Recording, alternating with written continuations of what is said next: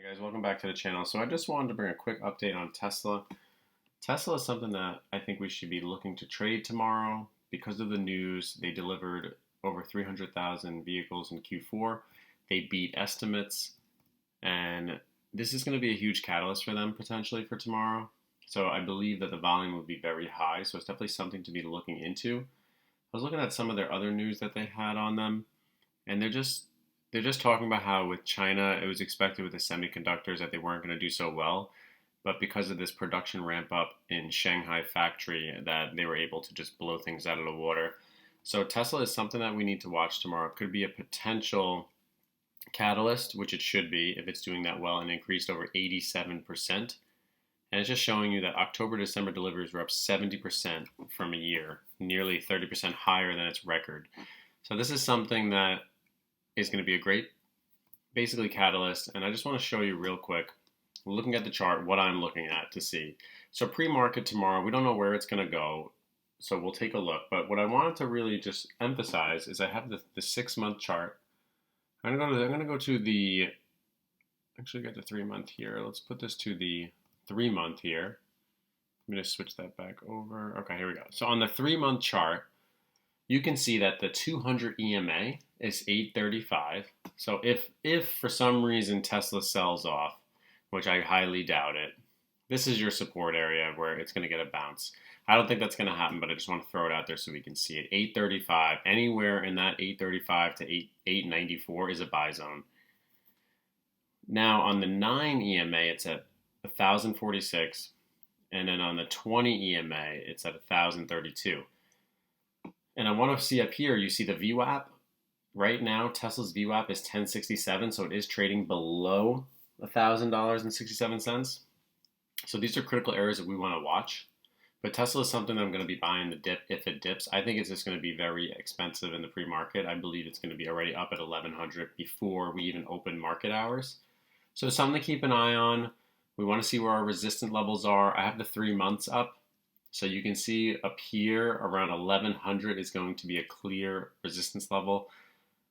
Now with this, you can draw resistance levels here, but let's just see if I can find it here. Here we go. So a resistance level that it has to break first, which I believe it will, is going to be in this area right here around 1100, because that's the first one where it started failing. And it was showing that it was making lower lows because it was up here around 1225 and then sold off down to 1062, and then even lower, down here at 900. So let's see where it goes. It's trading above the 200 EMA, so it's showing it's bullish. But we have to just make sure that we know VWAP is going to be 1067, which we're already below, but I'm sure pre-market tomorrow it's going to be up. And if we get pullbacks, we got to see where can we actually buy this thing where it would be a comfortable buy. Now, when I switch to the 6-month, we get a better picture of where this is. And honestly, we're going to have to feel it out, but just keep in mind your EMA, your 200 EMA, your 9 and your 20 EMA, and then your resistance levels at 1100. Because if it breaks 1100, the next resistance level is going to be right here around 1160. That'll be your next resistance level. So if you're going to be trading Tesla, just be careful. But the news is on your side, and it's definitely a time to be bullish with it because of that. But those are two resistance levels that we want to watch. And then obviously support level is pretty clear looking at this chart, but I'll draw it out for you anyway, just so you can see. And the thing with the VWAP, it's so close at the 1074. You can see it right here. I'm sorry, 1067. But clear support. It probably won't get here at all tomorrow because it's a bullish catalyst, but 895 is going to be a clear support level for you. So something to look forward to.